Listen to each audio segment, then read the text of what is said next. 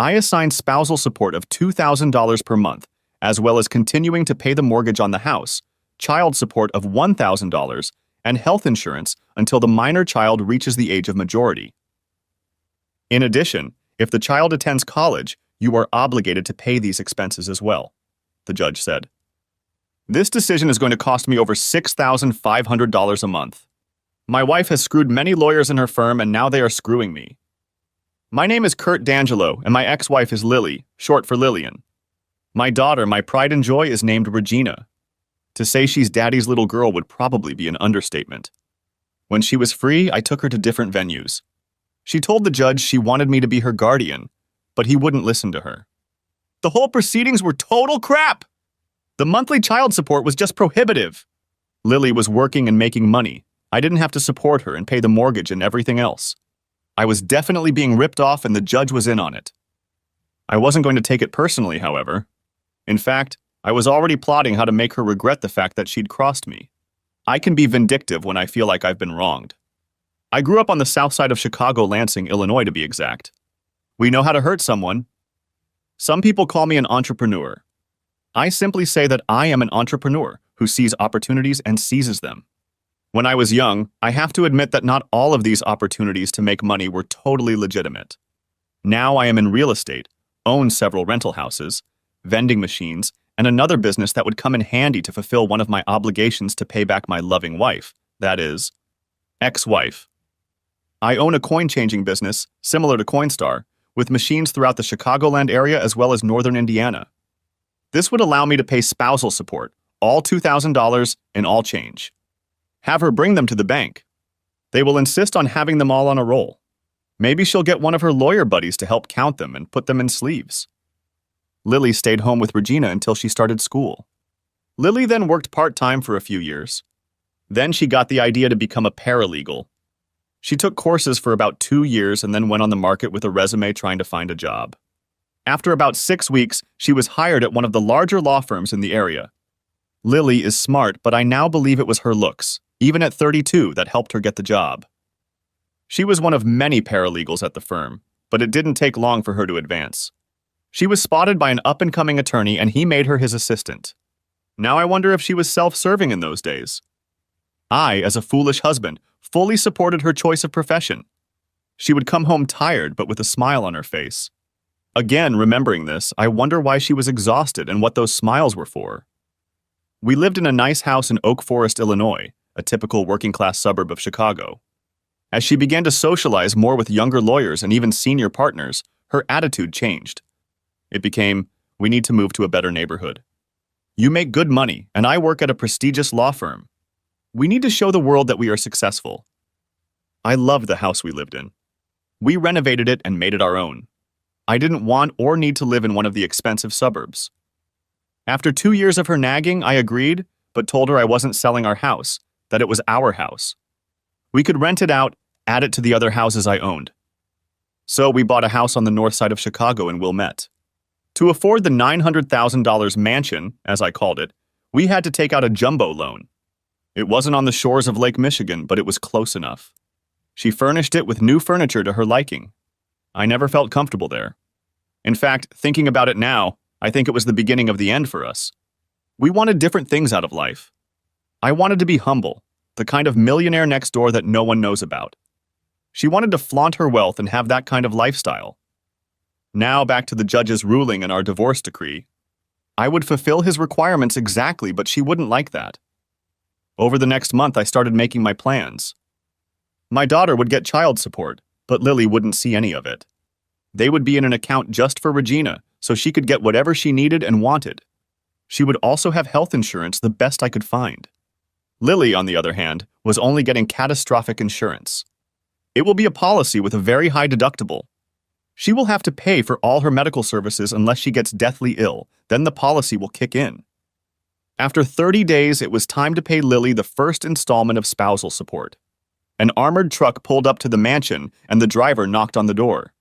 When she appeared on the doorstep, she wasn't alone. One of her buddies was with her. The driver informed her that he was delivering the first month's payment. She was confused, not understanding why there was an armored truck parked in the driveway. By this time, a few curious neighbors had emerged from their McMansions. Perhaps they thought she had won the publishing house lottery. They saw two guys bring bag after bag of change into the front room and dump them out on the Italian marble floor. The sound was amazing, even from across the street where I was standing by my car recording everything on my phone. As the truck pulled away, she saw me and started yelling after me.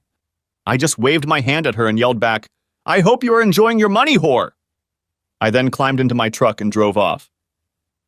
I wasn't surprised when a man came up to me on Tuesday and asked if I was Kurt D'Angelo. I just stood there and paid him no attention. "Excuse me, sir." "Are you Kurt D'Angelo?" He said it with more force. Once again, I didn't recognize him. He pulled out his phone and took a picture of me with the subpoena offered. When I didn't accept it, he threw it on the ground, said, "You got a subpoena," turned around and walked away. After making sure he was gone, I bent down and picked it up. I was due in court the following Wednesday. That gave me a week to finish all my preparations. I made the most of the week by calling and talking to people, making appointments, and preparing for court. I also called Regina, and we went to lunch. She was angry at her mother. She couldn't believe she had become such a bitch. She told her mother again that she wanted to live with me, but she wouldn't agree. I told her, I will go to the judge again, and if he still doesn't agree, I will probably end up in jail. "Don't do anything violent, Daddy." "It's not worth it," she said. "Don't worry, I won't. But I'll be voicing my opinion and I could go to jail for it. Your mom will be thrilled about that, I'm sure. Don't worry about me, I can handle it. However, I've set up a trust for you. Uncle Ken will be the trustee until you reach the age of majority. He will make sure that anything you want or need will be fulfilled. But understand, your mother is not to receive any of it. It is meant for your maintenance, not hers." "Of course, Daddy, she doesn't deserve anything," she said firmly. That was my girl. She had a strong will and she was becoming quite an adult. "Dad, I'm going to go to court with you." "I will demand that I live with you." "I don't know if it's going to make a difference." It was Wednesday, and Regina, my attorney, and I were sitting on the gallery, waiting our turn in front of the judge. Lily walked in with her lawyer buddy and said, "Hey, jerk, you better follow the program. You can't do everything you want to do, you'll see." When the judge called my name, Regina stood up and walked to the podium first. "Excuse me, miss, this is a case involving Kurt D'Angelo," said the judge. "I'm his daughter, and I want to petition the court to have custody of my father and not that bitch, my mother," she said, and looked at Lily. "Young lady, you will not talk like that in my courtroom. Your custodial parent has already been determined." "But I'm 15 years old. I should have the right to choose who I want to be with," she demanded, interrupting the judge. "Well, there were allegations of an inappropriate relationship with your father, so I ruled in favor of your mother." Hearing that, I looked at Lily and a smirk appeared on her face. My counsel came forward and said, "Your Honor, we are not aware of any charges or that they were made or presented to the court at any previous hearing. I refer to the psychiatrist's report I received. With this information, I stand by my opinion, so this matter is closed." About 4 months before, Regina had been going through a bad divorce, as well as problems at school, so we decided to take her to a psychiatrist. There must have been something in those records that Lily felt would sway the judge in her favor. I never had any inappropriate activities with my daughter. Lily tried to paint me as a pedophile. My blood pressure was up. I couldn't believe that Lily could lie like that, accusing me of something I hadn't done. The judge wouldn't even let me make my point. I stared at the judge. He's going to pay for this. I guess her law firm handled everything. Let's see what happens in the end. My vindictive nature was starting to kick in. Lily's attorney spoke up and said, "We ask the court to find Kurt D'Angelo guilty of contempt of court." My lawyer was almost as hot as I was. He saw that there would be no justice in this courtroom today. "Your Honor, my client has complied with all the terms of the divorce decree to date. There are no grounds for contempt of court." "Your Honor," Attorney Lily said, "at this time, my client has not received child support from Mr. D'Angelo." "That is correct, Your Honor," my attorney stated. "The child support was given directly to his daughter for any wants and needs she may have. You can ask her about that yourself." The judge was confused. He looked at Regina and she smiled, nodding her head. "We have canceled checks for insurance and mortgage," my lawyer said. I looked at Lily and her lawyer. They were trying to think of something. Your Honor, he said. Paying in change is causing my client an absolutely intolerable hardship. Can we ask that she be given a check in the future? The judge, finally managing to get a word in, said, That seems reasonable. Before he could say anything else, my attorney spoke. Your Honor, before you continue talking about this, could you answer a couple of questions pertaining to this? And what would that be? He asked. Is the Chicago Police Department part of the legal system of the city of Chicago? The judge looked at my lawyer like he was crazy and said, Of course you are. Why then? My attorney continued. If my client has his car impounded and wants to drive it out of a Chicago police impound lot, he can't write a check but has to pay with cash or a credit card? The judge stuttered, My attorney continued. If the police, by your own admission part of the Chicago legal system, refuse to accept a check, how can my client be required to pay future spousal maintenance in the form of a check? The judge, who now looked like a buffoon, became defensive and said, Because this is my court, and what I say is what will happen. At this point, I had had enough. I stood up and said, Because you're the law, and you're trying to please my wife's law firm. Was she a whore to you too? And then he exploded. Mr. D'Angelo, I find you in contempt of court and sentence you to 6 months in the Cook County Jail unless you apologize to me and the court and agree to any conditions I impose. Who are you? The king? The king of this kangaroo court? Shouted I. The judge was shocked. I'm sure he'd never been spoken to like that before. Bailiff, take this man into custody. I looked at Lily and her lawyer. They were stunned. Good luck getting money for whores, bitch, I said, then smiled. She didn't know yet how much her life would change. I was taken to a cell, strip-searched and transferred to prison. Prison is a good word. It's more like a prison. Immediately, 2 guards started questioning me about the disrespect I had shown to the judge. I wasn't afraid of prison. I'm 6'4" tall and weigh about 255 pounds. Working on rental properties kept me in shape. I also did a little time in juvie as a teenager. I was processed and escorted to the cell yard. I ignored all the talking and shouting. I was determined to stay in the shadows and always be on guard. As long as no one messed with me, I would be a ghost. When the evening meal was served, I took my tray and made my way through the line. I stood against the wall and ate, looking around at the scumbags who were trying to pretend to be something more than they were. Then, out of the noise, I heard a voice I hadn't heard in literally decades. Tex? My friends on the street called me Tex from back in the days when I was a juvenile delinquent. Tex? Randall, also known as Ringer, said. What the hell are you doing here? As he approached, many eyes followed him and turned to me. I set the tray down and hugged him, interlocking my right arms between me and my other arm around his shoulders. Ringer! Wow, you're a handsome man. How the hell are you doing? Well, I'm here, so not so good. You're probably not either. What did you do? Basically told the judge he was an asshole. That will be enough, he said. So how long are you here for? 6 months if I don't apologize to the son of a bitch. So, 6 months, I guess. We talked and ate, and some of the prisoners looked at us. Ringer told me about the situation in the prison. He said he would watch my back, and I agreed. We talked about old times. So, what are you going to do about the ex, her lovers, and the judge? He asked after I told him everything. He knew me from my younger years. Revenge had always been part of my behavior back then. In fact, that's why I got the nickname Tex. Tex is short for Texas, meaning don't mess with Texas. Those who did mess with it, they paid. They'll think twice before they cross me, and they'll tell others about it. So, Judge? What happened there? He asked.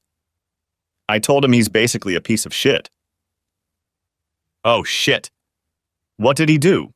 He asked. He took my little girl away from me even though she asked to live with me and then accused me of molesting her. Oh, shit. What are you going to do about it? I have some plans. I kind of knew I was going to be here, so I started planning a few weeks ago. Is there anything I can help you with? He asked. Maybe, but right now I don't know. It sure is nice to have a friend here, though. I'll introduce you to some of my buddies. It's good to have people who have your back and who you can rely on.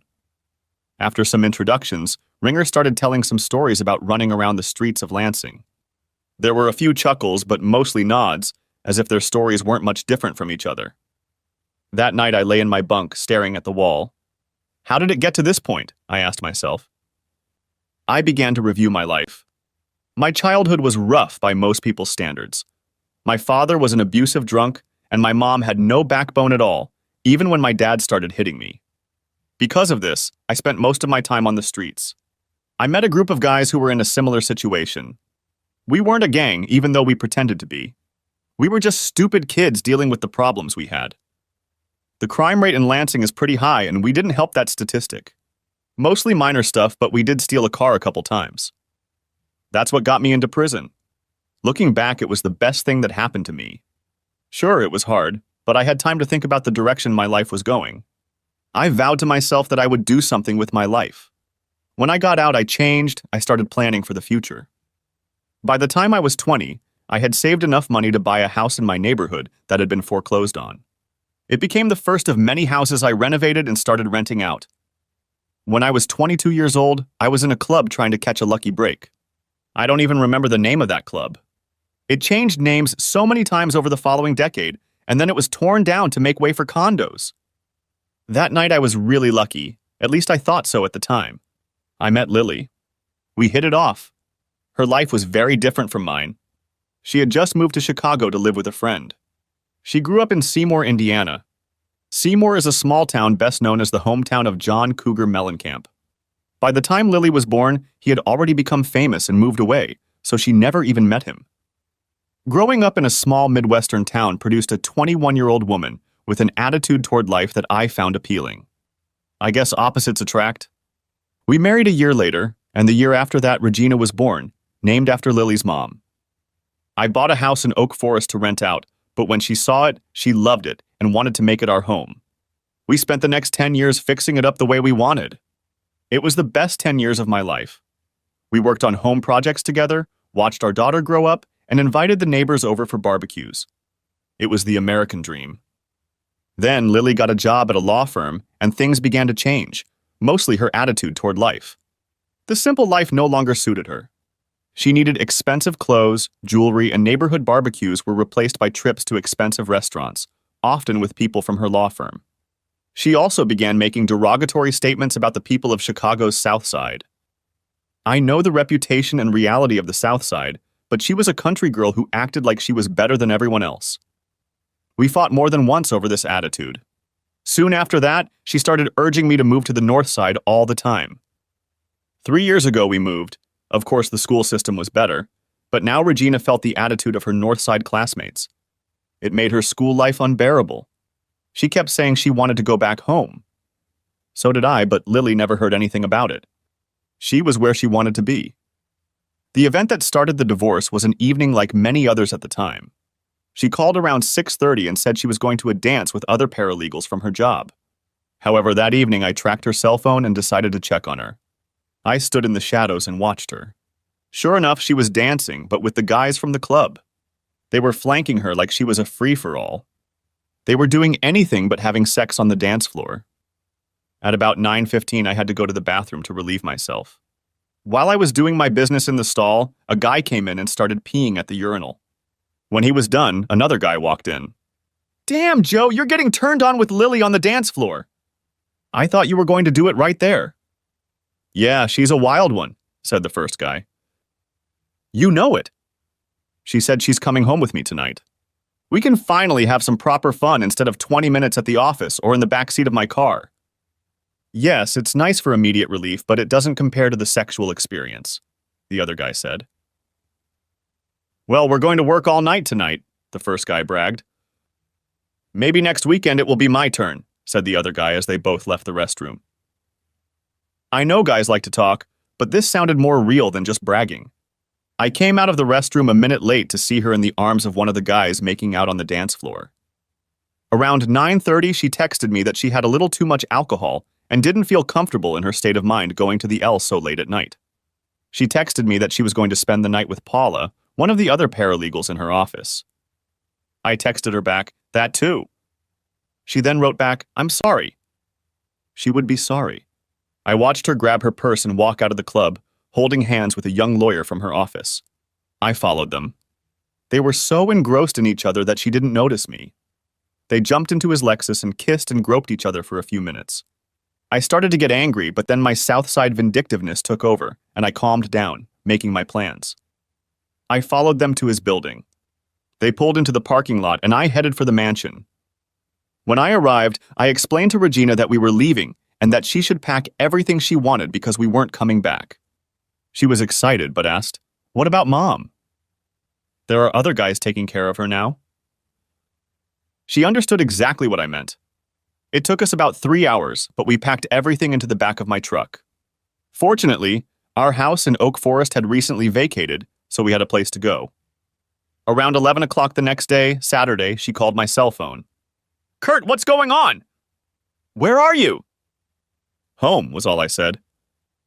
It only took her a couple seconds to realize what I meant. "Why?" she asked, knowing perfectly well why. "I don't know you anymore, and I don't want to know you." "Where's Regina?" "With me, she doesn't want to live with you in this house anymore." I know she wasn't sure if I knew anything about her buddy or not, so she said, "Come on, Kurt. If you don't like living in luxury, it doesn't mean you're just going to walk away and take our daughter with you." "No, Lily, but a wife having fun with me is a reason to leave. Expect divorce papers next week."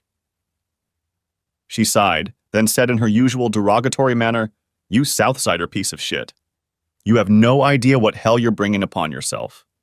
"My firm will eat you up." "That may be true," I said, "but in the end I will prevail." "You have not yet seen my full wrath." For the next 6 months, she made no attempt at reconciliation. She even called me to tell me that she was seeing one lawyer or another. I didn't care, there was no turning back. I had to get Regina back, but to do that she had to go back to school. Regina informed me that Lily was out almost every night until at least 12 o'clock noon. She also told me that she was constantly rebuking me, telling me that I had no class, and that Regina should aim to get one of the rich guys from her school as a future husband, so you could live in luxury for the rest of your life. Regina always defended me and told my mom she wanted to go back to Oak Forest. Now I'm lying here in jail, and Lily probably thinks she won. I was in jail, but I'll work. I wonder if she thought about how she was going to pay the mortgage, health insurance, and of course, spousal support. She certainly thought a few days in jail would make me come to my senses. No, they would just give me more time to plan and carry out my revenge. Something happened Thursday afternoon that will change the lives of many people, some of whom I will never meet. 2 guards ordered me to come with us. I was taken to a video conference room. I asked, "What is this? If I am going to speak to the judge, I want my lawyer to be present." They pushed me into the room and said, "Sit down! You will not talk to the judge, but you will be sentenced." They slammed the door and I started screaming for them to let me out. After about 10 minutes, I was thrashing around the room when the door opened and the guards let 6 cellmates into the room.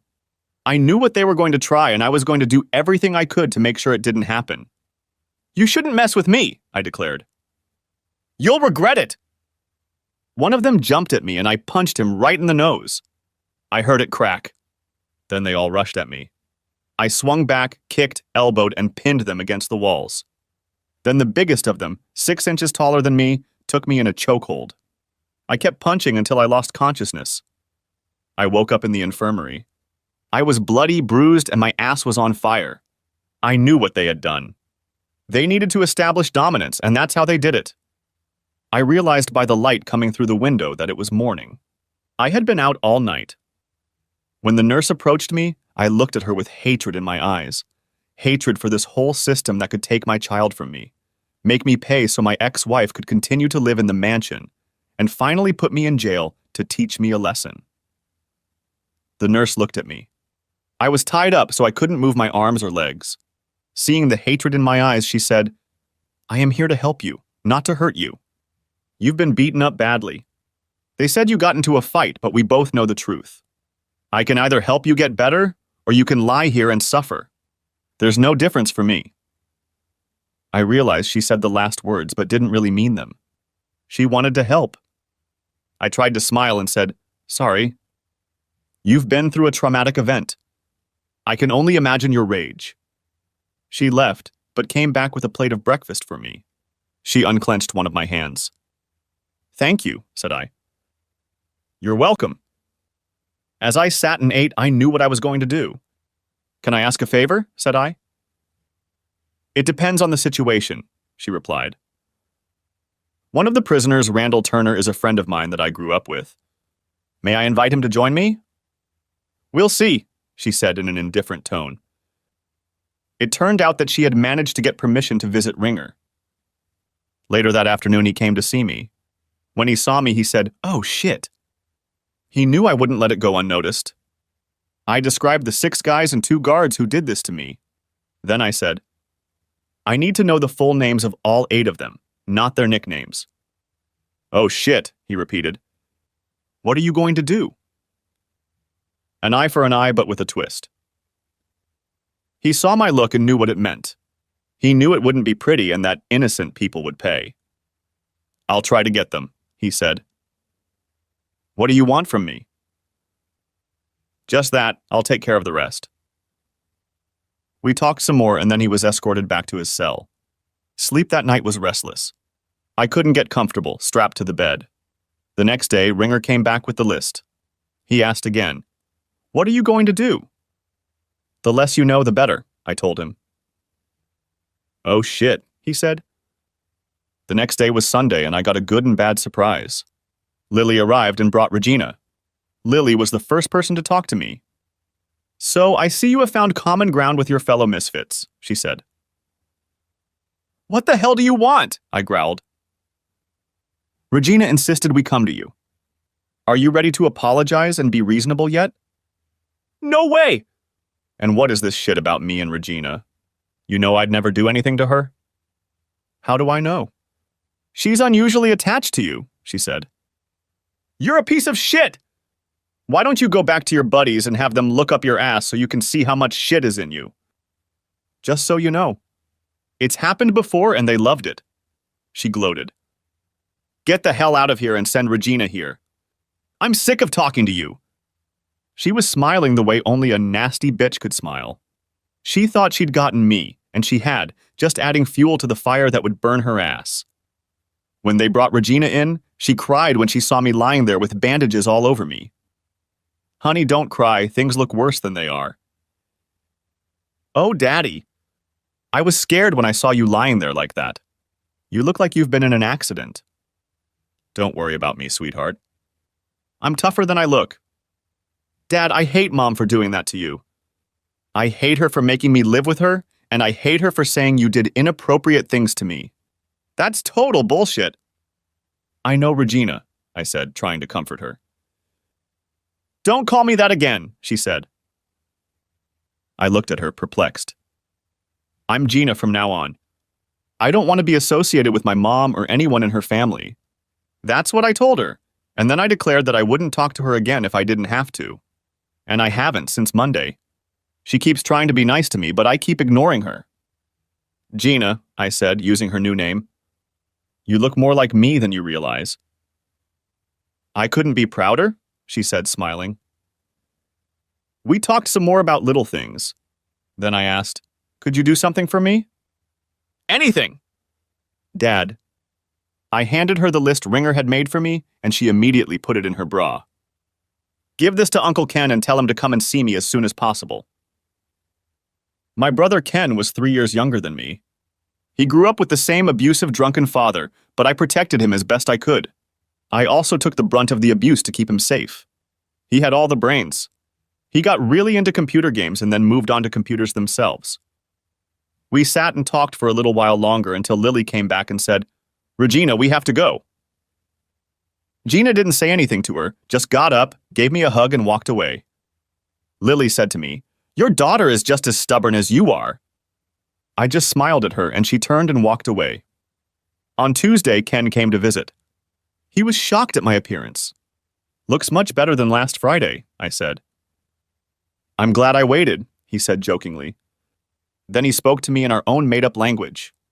We created it as kids to talk about Mom and Dad in ways they wouldn't understand. Now when we need to talk in private, we use it. Regina, I'm sorry, Gina, he said in our language. She gave me a list. I did some preliminary research. What are you looking for? Addresses of wives or regular girlfriends. He looked at me and then said in English, "Oh, shit." Speaking our language, I said, "That's all you have to do. Then give it to Gummy and ask him to visit me without the list." Gummy is the nickname of one of my gang members. Ken knew he still lived in his parents' old house in the Lansing neighborhood.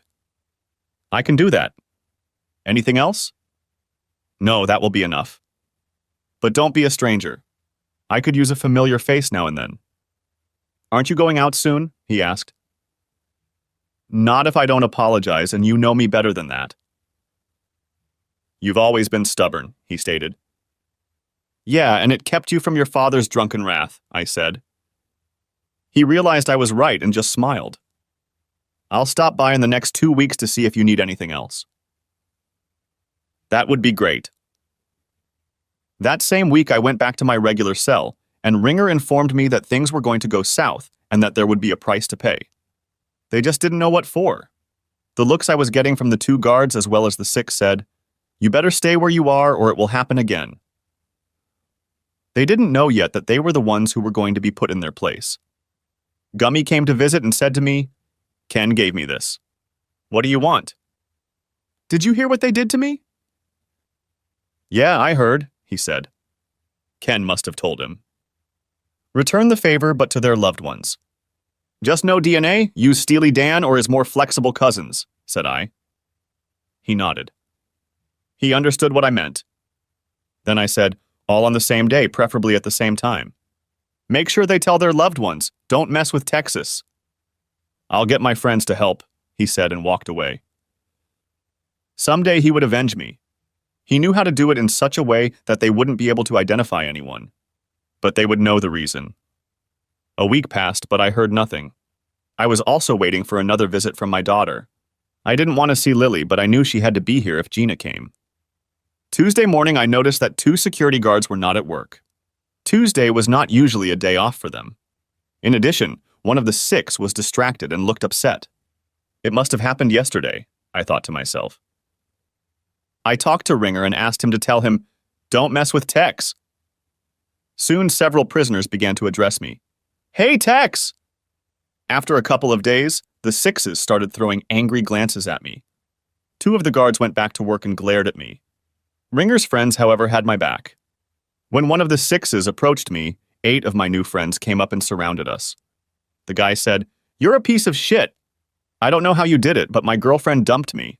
She told me she didn't want to risk getting hurt again. Then she said, I was told, don't mess with Texas."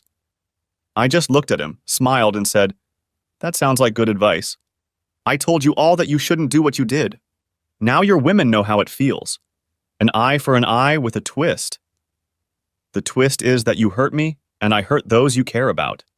Tell them all that next time it will be their mothers." His eyes got big and he turned back to his buddies. Shortly afterward, 2 guards came up to me and said, "Who do you think you are? We are going to make your stay here a living hell." Well, then I guess your wives better get used to being taken in the ass. They might even enjoy it. After that, one of the guards approached me to hit me. I did not resist. A minute or 2 after he let him beat me, he was dragged away by another guard. Many prisoners witnessed this. I'm sure the cameras saw it too.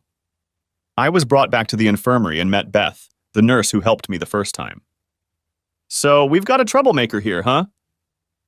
I didn't throw any punches. "The guard just started hitting me," said I. "There will be an investigation this time. There were too many witnesses. He will probably lose his job because of it." "One less asshole security guard," I said. "These guards are keeping you safe, believe it or not." "He certainly didn't keep me safe last time." "More than that, he let it happen," I replied. "She bandaged me up and told me I would have to stay overnight for observation. I wondered if she just wanted to look at my pretty face, which was pretty wrinkled." The guard was suspended from work pending the investigation. The other guard kept throwing stern glances at me, but didn't dare say anything to me.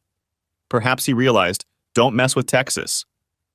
Gina hadn't come to see me in 3 weeks, and I kept wondering what was going on.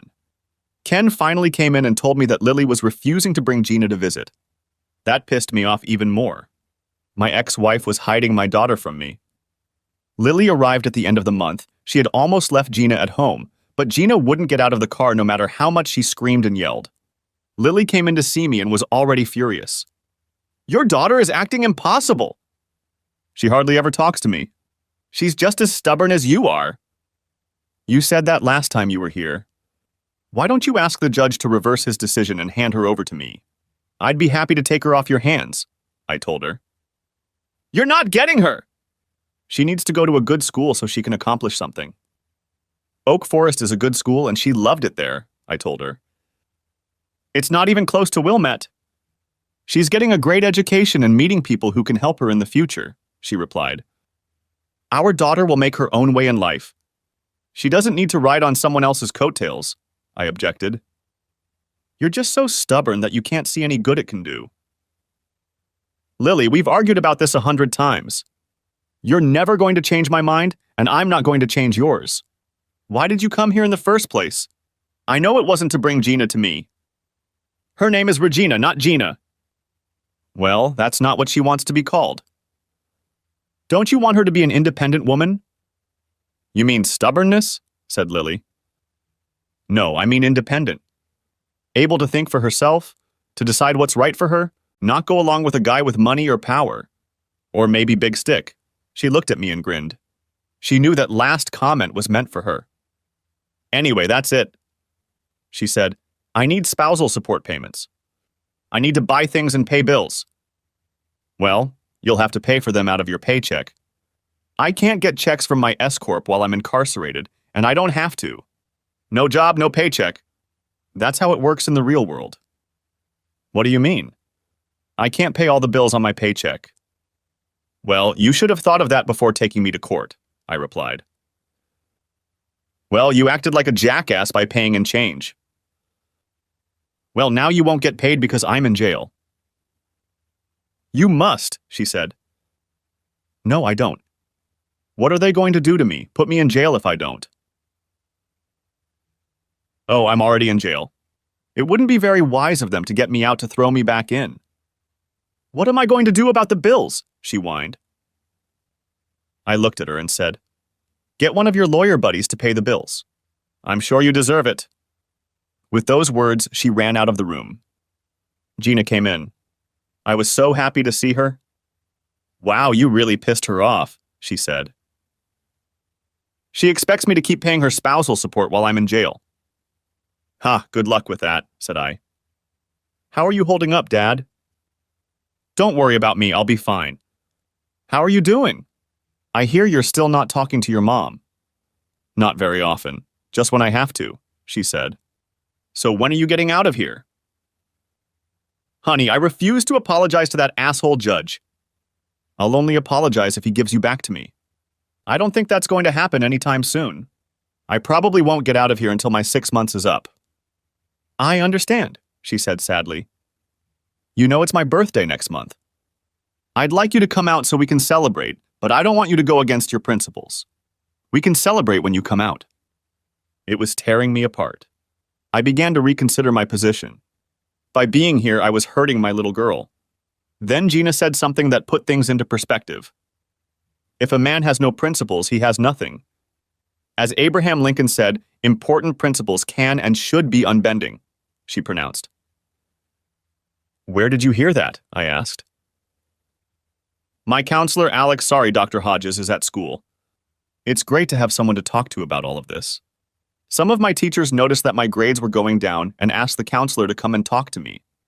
It also helped me deal with my mom, although I still don't talk to her. In a school system like Wilmette, the counselor could be a doctor of psychology. These rich kids couldn't go to just any school counselor. Then I said to Gina, "Your mom seems to be mad at you too." "Yeah, she's starting to annoy me." "I just ignore her. I think it makes it worse, and I don't care." "Well, in a couple more months, she'll have to start looking for a place to live. The bank won't let the jumbo loan go unpaid for too long. I think her mansion will be foreclosed on within 3 months." "But Dad, if the house gets foreclosed on, won't that ruin your reputation?" "Honey, when you usually buy things with cash, you don't worry about credit. That stupid mansion was the only thing I took out a loan for." "Really?" Wow, Dad, even with all your leases and other businesses? You've never taken out a loan? Use the money from the others to buy new ones, I told her. Daddy, I've always respected you, but now I respect you even more. She said it with a smile on her face. Thank you, dear, you really know how to lift my spirits. It was a wonderful visit with my daughter. Really, I wanted to be with her on a more regular basis.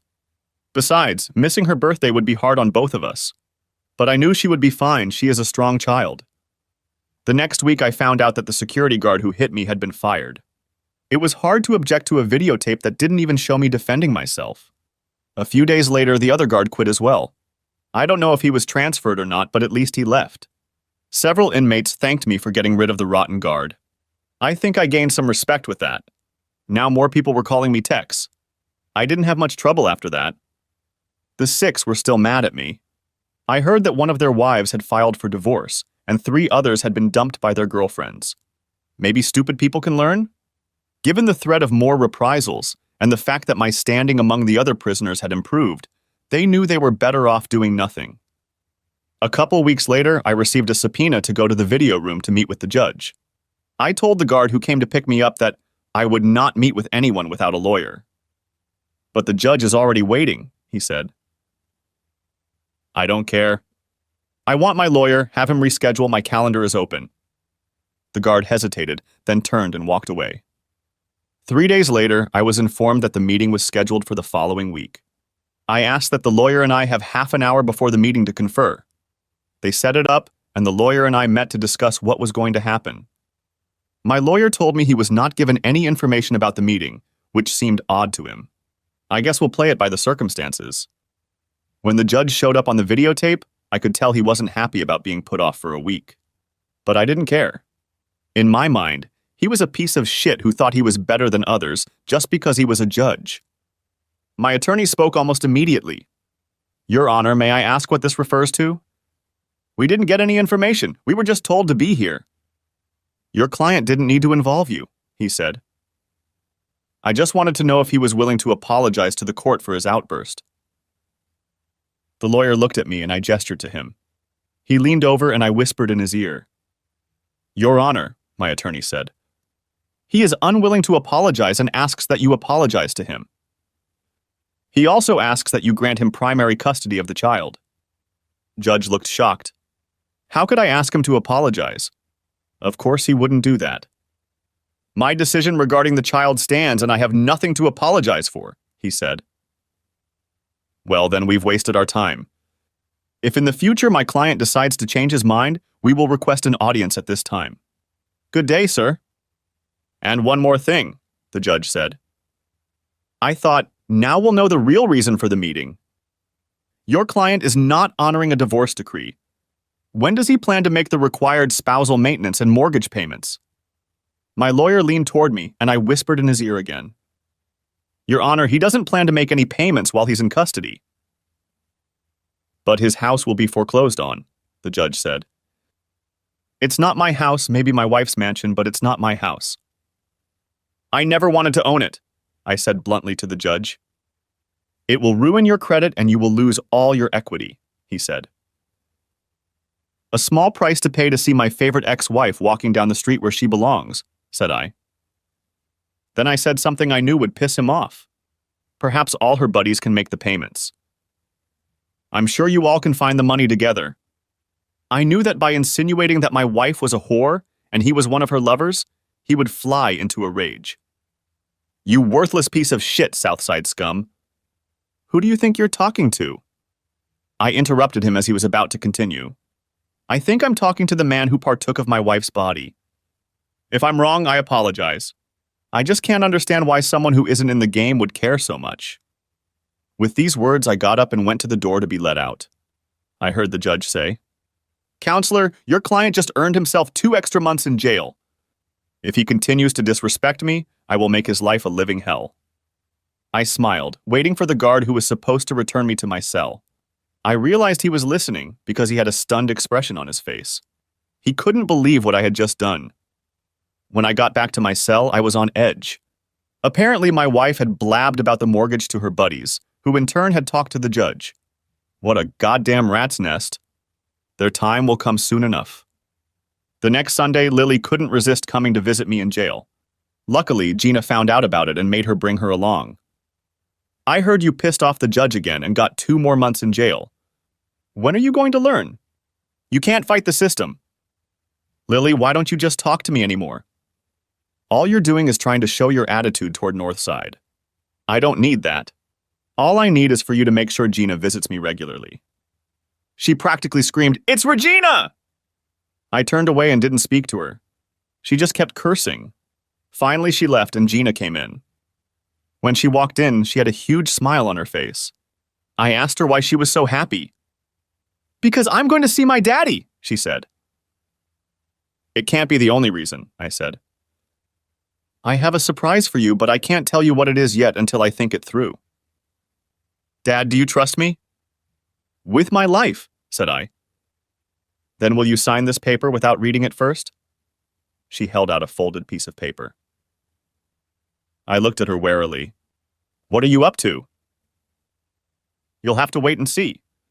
I thought you trusted me." I smiled at her and signed the paper. She folded it so that only the spot where she wanted to write my name was visible. "Mom said you did something to get your sentence extended for another 2 months. Is that true?" "Yes, I'm sorry, darling." "What did you do?" Confronted the judge again. "Well, whatever you did, he probably deserved it." We talked a little more about school and her mom. She kept talking about this Dr. Alex Hodges thing and wondering what was going on. I tried to get her to tell me about her plans for my signing, but she said it should remain a surprise. "I'm sorry I won't be at your 16th birthday party, but the next time you come to see me, I'll have a birthday present for you." "What is it?" she asked. "It's a surprise." "So I guess we're both in for surprises," said I. At the end of the visit, I asked Gina to invite Greg to join me. Greg was my right-hand man. He helped me with all my business matters. "Of course, Daddy," she said. I assigned Greg a few specific cases when I thought I was going to jail. I hope he did well with them. Now I had one more job for him, a surprise birthday party for Gina. At the end of that week, Greg came to visit us. He had actually managed to do quite a lot of the things I had asked him to do. Then I asked him to prepare a surprise for Gina for her birthday. He looked at me and said, "Are you sure?" "Yes. It's the perfect gift for her." "Okay, I'll talk to our lawyer," he said. "Also, visit my brother Ken and give him what you have. He'll know what to do with it. If he has any questions, have him come to me. If not, let him go to Gummies." "Will do," he said and left. I just smiled and kept the smile on my face all day. Gummy knew my devious mind and was going to get back at me while I was guilt-free in jail. By the end of the month, my popularity among the prisoners had grown. A guard must have told someone how I treated the judge, and as in any other organization, word spread among the prisoners. Pretty soon everyone was calling me Tex. Also, towards the end of the month, I had a visitor. I went into the room and saw Lily sitting there. I was about to turn around and leave when she said, "Kurt, please stop. I need to talk to you." "I have nothing to say to you, Lily," I replied. "We're going to lose our house. You have to give me some money to stop the foreclosure," she pleaded. "This is your house, Lily. I never wanted it, but you kept nagging me until I gave in. This house means nothing to me, and in a falling market, we don't have any equity. Let the bank take it." "Kurt, you can't do this." "You have to help me." "Go and ask your buddies for help. I'm sure they have enough money." "Then you can really become the whore you are." "Why are you doing this to me?" she cried. "Why did you lie and tell the judge I was molesting our daughter?" She didn't know what to say. She realized she had done me wrong. She cried and I left. It felt good to let it all out. As I was being led back to my cell, the guard got a call to bring me back. When I walked in, expecting to see Lily sitting there crying and begging me to help her again, I was surprised to see Gina. "Gina, your mom didn't tell me she brought you." "I wouldn't let her come without me," she said. "I'm sorry I missed your birthday," I said. "But I have a present for you nonetheless." "Dad, I knew you'd miss me and I don't care. I love you anyway. And you don't have to give me a present," she said. What a wonderful daughter I have, I thought. I don't have it with me, nor is it possible, but I can tell you what it is. Gina, the house in Oak Forest belongs to you. It goes into trust for you when you become of age. When I get out of here, can I stay there? Of course I'll pay your rent. Her eyes widened and a huge smile appeared on her face. Daddy, my God, you just removed a huge obstacle that was keeping you from being surprised. I still can't tell you, but when I do, you'll understand. I love you so much. I love you too, honey. I was puzzled as to what this surprise was. It must have something to do with our home, not the mansion, but our real home. We both smiled as we continued our conversation. She started talking about Alex, her counselor, again. I wondered if she had a crush on him. I hoped he was professional and had no ulterior motives towards her. I would have to meet this Alex guy as soon as I got out of here. As I was led back to my cell, I had a huge smile on my face, both because of the verbal battle with Lily and the wonderful conversation with Gina. The other inmates were perplexed as to what I had done. They already knew that a smile meant someone was hurt. Gummy came to visit me one day. It was all set. A video of my wife, other paralegals at her firm, some of them married, and prostitutes being entertained by most of the lawyers at the firm, as well as up-and-coming Democratic politicians and a certain judge I knew all too well. They all bragged about being above the law and being able to do whatever they wanted. Surprisingly, people don't pay attention to hired servants. Janitors can come and go as they please. For someone who does the chore of cleaning offices after hours, money talks. Free rent for a year speaks volumes. We had them install hidden cameras in conference rooms and offices. I knew I'd get enough evidence to upset a few lives. My brother, anonymously of course, would post videos online with the slogan, "Don't mess with Texas." They would send them to strategic websites and send the videos to every news outlet and tabloid in the state. The various publications would be in a frenzy to see who could create more news out of this. Politicians and lawyers will be frantically trying to undo the fallout.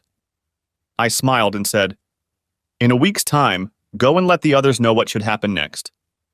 He said, "I will." As I walked back to my cell, I had another wide smile on my face. Ringer saw it and realized that I had just talked to Gummy. He said, "Holy shit."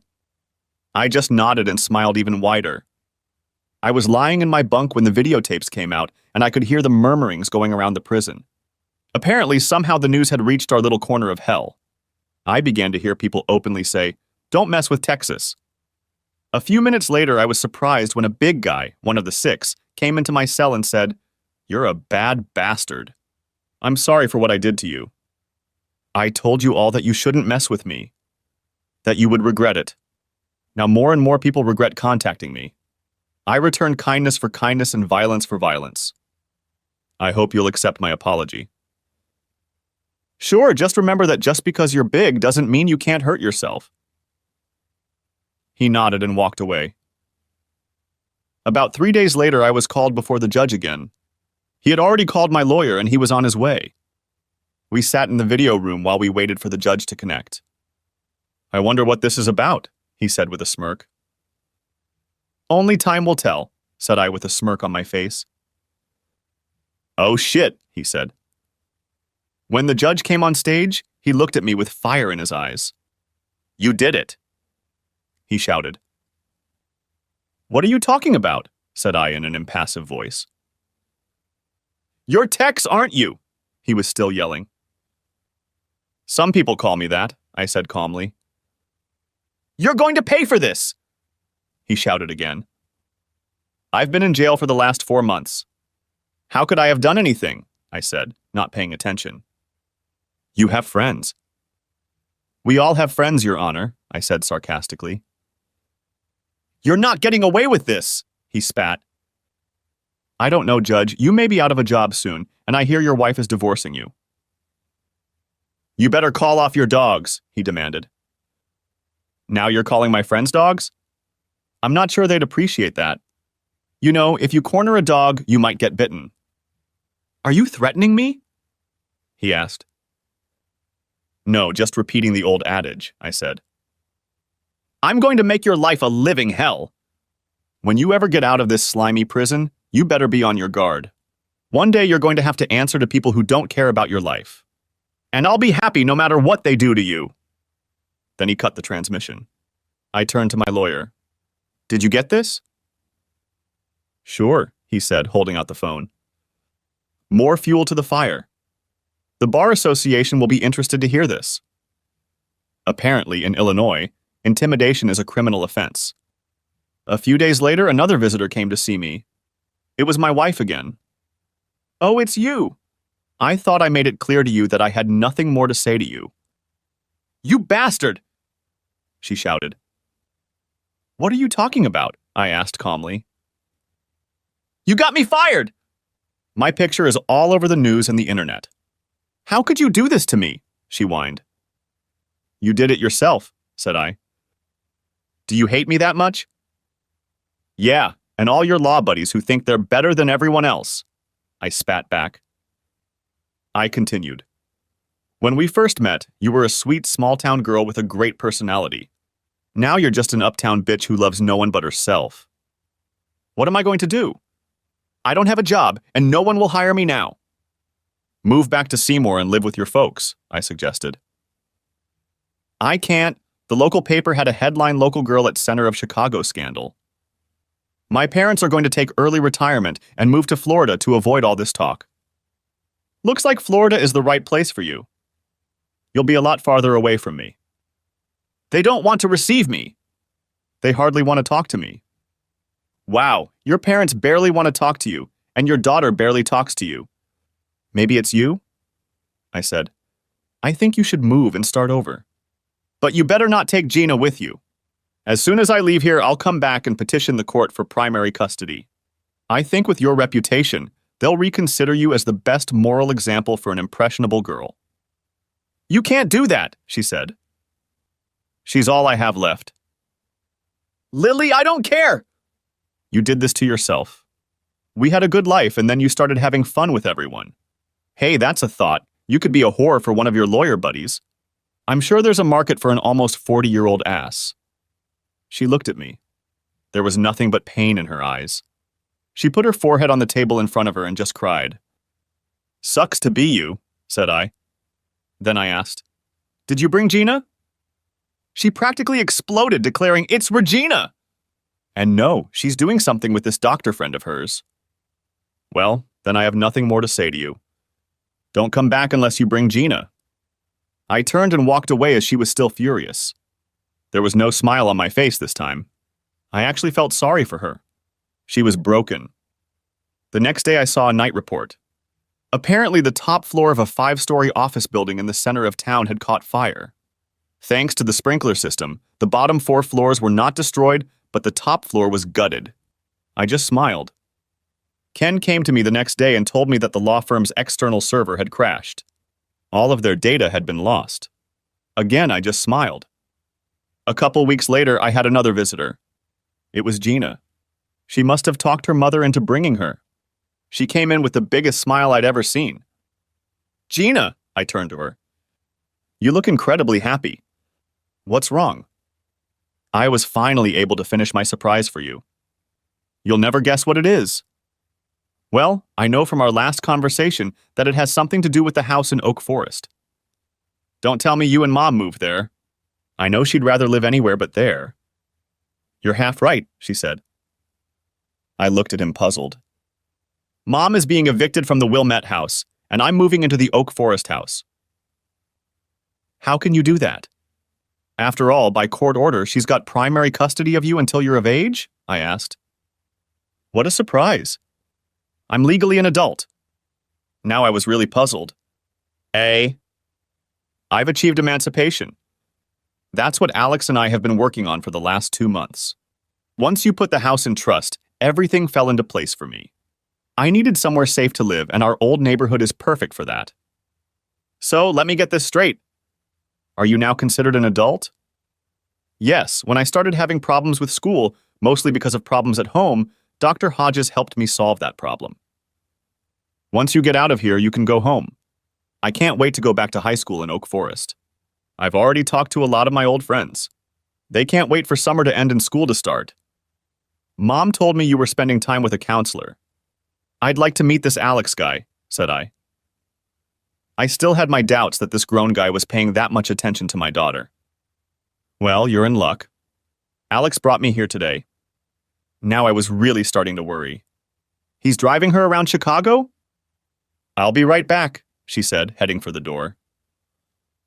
I needed to assess the situation. How could I tactfully let Alex know that he was crossing a fine line when it came to his intentions for my daughter? I didn't want to upset my daughter, but I wanted to put the fear of God into him.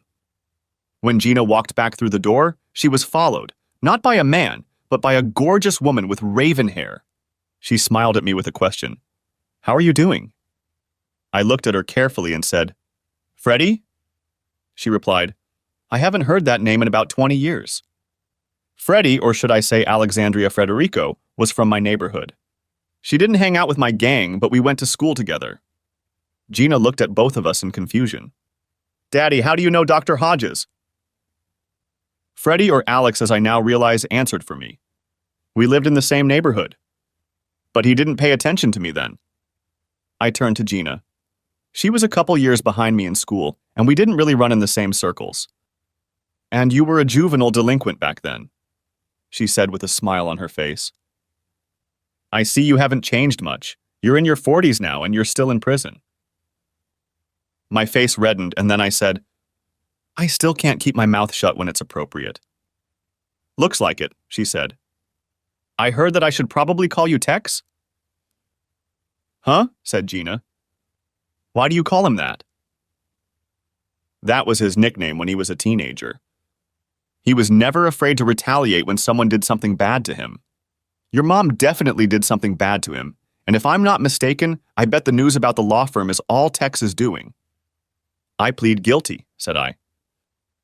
Before we go any further, I just wanted to say that I hope you don't mind me spending time with Regina. It's Gina, said Regina. Sorry, I forgot, she said. Then she looked at me again and said, When I first started talking to Gina, about 9 months ago, she was very upset about everything that was going on in her life. I wondered if she was related to you and Ken, since D'Angelo is not a very common last name. When I went through her records and found out that her father's name was Kurt, I still wasn't sure. I always knew you as Tex. When she told me you were in prison, I was sure it was you. I felt really bad then, I admitted. You must have changed and become successful since you have a house in Wilmette, she stated. It's just a house, it's never been my home, I said. Then Gina spoke up. Yes, our real home is in Oak Forest. South Side, but in a much better neighborhood than where we grew up, said Alex. Yeah, if we'd stayed there, maybe we wouldn't be where we are now, said I, and then got sad. Perhaps it was true. If Lily had been content in our loving home, we would still be happily married. We talked some more, and then I took Freddie aside and said, I really appreciate you taking time out of your family to help her. Thank you also for helping her become emancipated. It will make all the difference. It's all right, Tex. She's like family to me. I've grown very attached to her. Okay. Thanks again. When you get out of here, you can take us all out to dinner somewhere, she said. I will if I ever get out of here. The next 2 weeks passed without any new developments, just the daily routine in prison. Gina and Freddie came to visit on Sundays. I was very pleased that Freddie took Gina under her wing.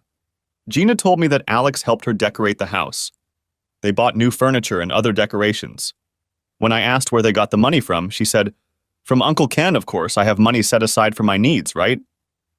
Yeah, I just didn't want it to come out that Freddie was paying for something. She helped me a lot, but she didn't buy any of it. I hope it's not all girly stuff in there. I'd like to feel at home there. Don't worry, your man cave will still be a man cave. She was talking about the basement. I remodeled it to be a hideout for myself. Living in a house with 2 women can get boring after a while. You just need somewhere private.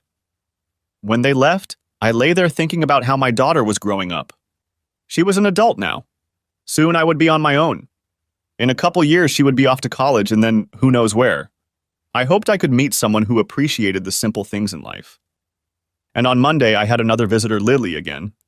When I saw her, I turned around and almost flew back out the door. Then she said, Kurt, wait, we need to talk. I turned around.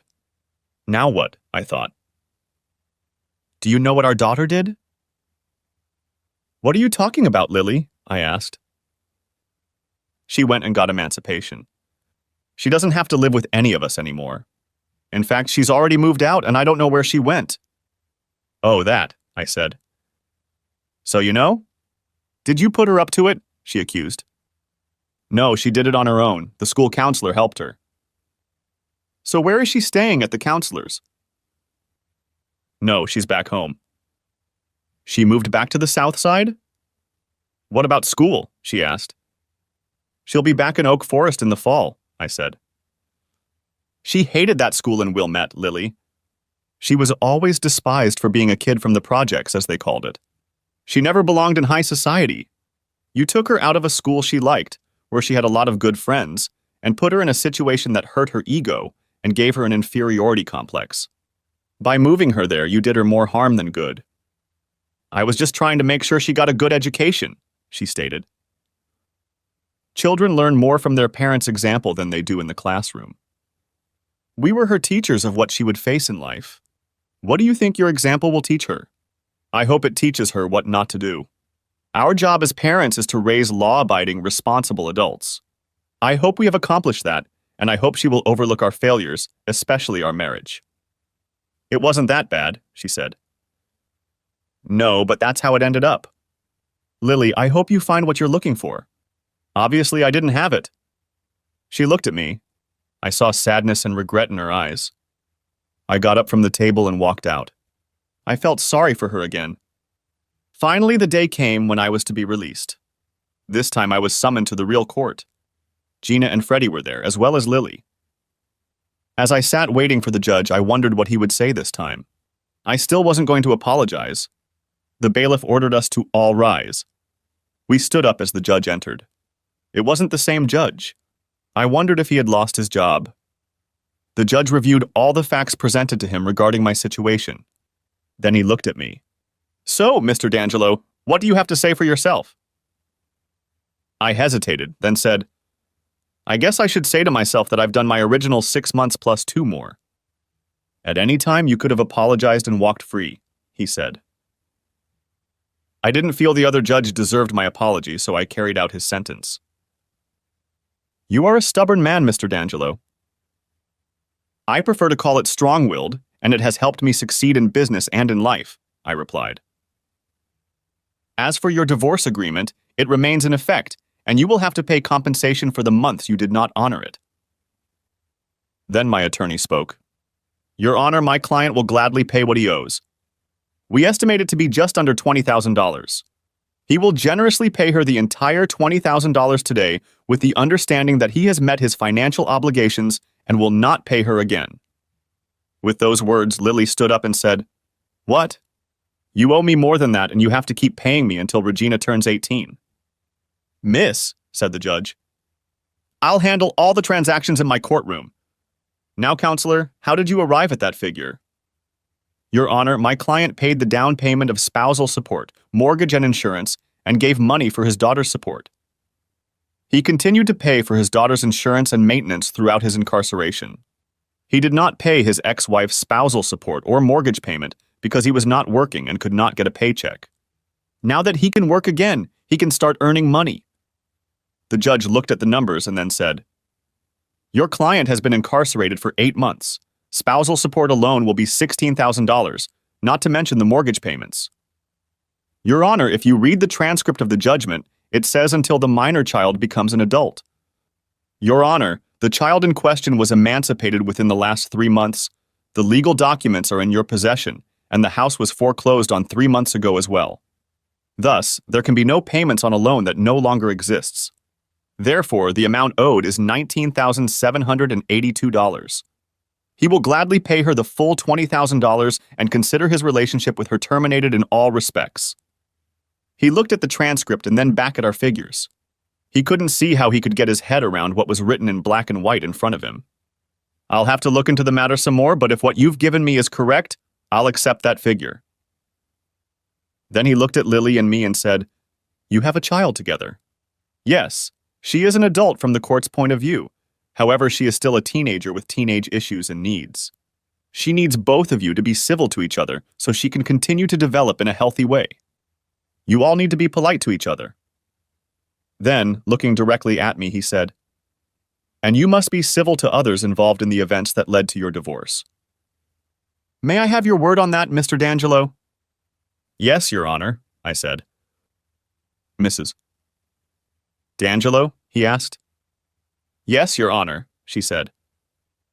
And Regina? He said, peering into the gallery. It's Gina, but yes, Your Honor, she said. Then, unless this data proves false, I will close this case, and Mr. D'Angelo, you may go. Thank you, Your Honor, my attorney replied. As we stood up and headed for the exit, Gina ran up to me and gave me a big hug. Freddie stood back with a smile on her face. I saw Lily looking at us as we talked. Then Lily came up to me and said, $20,000?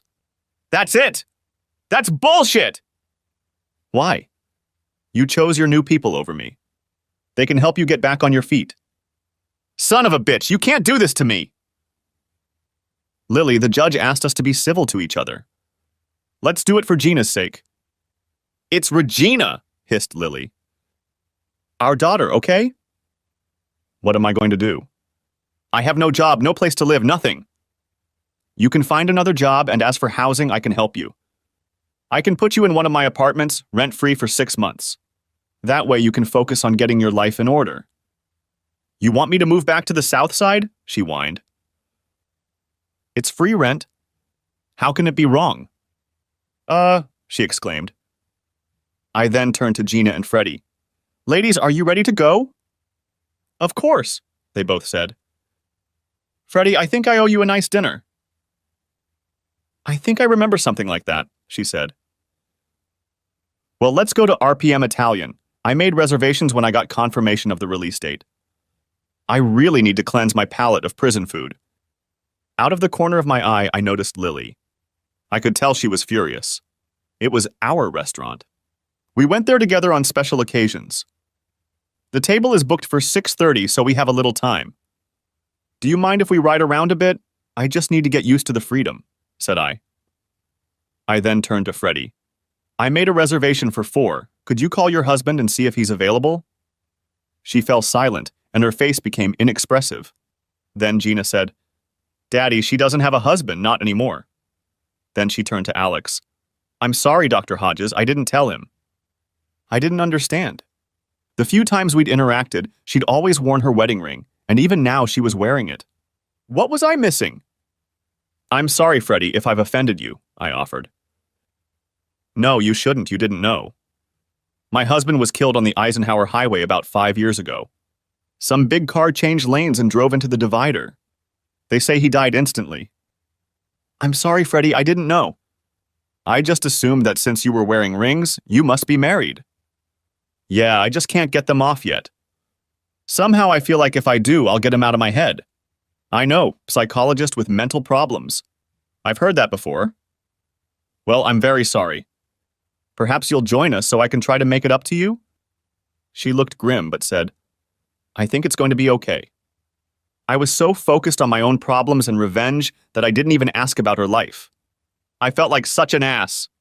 I had to change that. Starting tonight, I would be willing to listen to anything she wanted to tell me about who she is now and how she got to this point. I would become a better friend. The food was great. It was so nice to wear regular clothes and not have to worry about always being on guard. The freedom seemed a little strange to me, though. 8 months will do that to you. By the end of lunch, I was feeling better. I took a chance and said to Freddie, Alexandria, when you're ready, will you let me take you out on a real date? I don't care how long it takes when it's convenient for you, but in the meantime, can we stay in touch? Daddy, of course we'll keep in touch. She's not getting rid of me that easily, my daughter said. And I wouldn't want it any other way, Freddie said to Gina. She then turned to me and said, Mike and I never had children since I was in school, and he was starting a financial planning business. It just wasn't the right time, so Gina, as a surrogate daughter, has been very therapeutic. I hope you don't mind. After everything you've done for both of us, I wouldn't want it any other way, I stated. As we were leaving the restaurant, Gina said, I hope you like the view of our old house. Anything would be better than where I've been for the last 8 months, I said and chuckled. When we got there, I was surprised. The shutters were painted and the bushes were trimmed. It looked great from the outside, and I couldn't wait to see what was inside. When I went inside, everything looked different than when I left, but I felt more at home than ever before. You could feel Freddie's imprint in here. I know it sounds vulgar, but I cried. This hardened criminal was crying. "Kurt?" I heard Freddie say. I wiped my eyes and said, "I feel at home." "Kurt," said Alex. I turned to her and she said, "I think I'm ready." I looked at her puzzled. She took off her rings and smiled at me. I couldn't help but smile back, and then we hugged. Epilogue. 10 attorneys, 4 paralegals, 6 politicians, and a judge have had their careers and marriages destroyed because of the events leading up to my divorce and its aftermath. Stubbornness or willpower either way, sometimes you have to stand up for your principles. On the other hand, Gina had a new mother and a new brother and sister. Although they were 18 years younger than her when they came into the world, one of them is named Frederick, the boy, and the girl's name is Alexis. They were twins, and I love that I could name them both after the person who helped me start my new life. About Lily? She married a rich lawyer. I think she finally got what she wanted. I thought we had everything: a loving family, a nice house in a good neighborhood, a healthy child, a thriving business that had no money problems. I guess for me we had everything, and for her we lacked only one thing: status. Now she has status. She's married to a wealthy attorney, living in a big house in Gwinnett. And she also has a misogynistic husband who doesn't love her, but just keeps her around for the appearance of a stable home life. I hope she's happy. I know she is.